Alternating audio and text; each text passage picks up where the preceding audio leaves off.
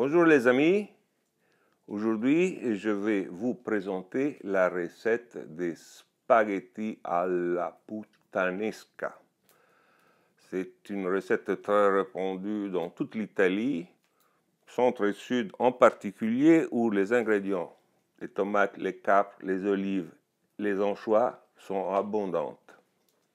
Elle est très populaire et surtout, elle est à ne pas manquer. Comme vous avez déjà probablement compris, alla puttanesca veut dire à la façon d'une prostituée. Cette recette est parfumée et attractive. Elle n'est pas chère, facile et rapide à faire. Voici la liste des ingrédients. Il vous faut des spaghettis épais qui cuisent en 11 minutes par exemple, de la poulpe de tomate italienne, de l'huile d'olive extra vierge, une belle gousse d'ail, des piments de Cayenne, quelques filets d'anchois à l'huile, du capre, des olives, celles que vous préférez, du poivre, du persil et du sel. Toutes les quantités sont dans la description. Versez de l'huile dans une poêle plutôt creuse. Découpez une belle tête d'ail et plongez les morceaux dans l'huile avec les piments. Ajoutez les anchois. En même temps que l'ail et le piment frémissent, écrasez les filets d'anchois à l'aide d'une cuillère en bois. Quand l'ail est doré, mettez la pulpe de tomate. Ensuite, mélangez un peu et ajoutez les capres et les olives. Salez et poivrez au fur et à mesure. Et même le persil, on le met à plusieurs reprises. Laissez mijoter à feu doux. Couvrir finalement avec un anti-éclabousseur. En même temps,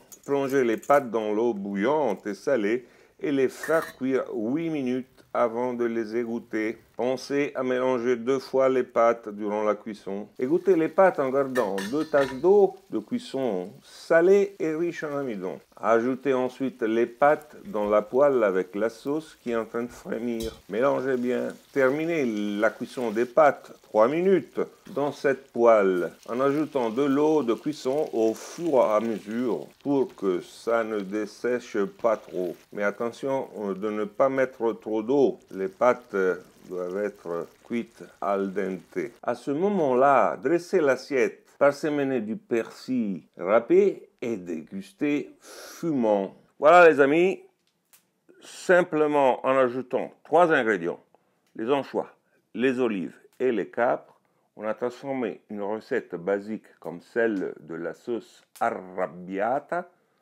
en une recette encore plus goûteuse. Si vous, comme moi, n'aimez pas les anchois, par exemple, moi je n'aime pas prendre une bouchée de pizza avec une anchois entière par-dessus. Ne vous faites pas peur, le goût de l'anchois ne sera pas reconnaissable, bien que fondamental.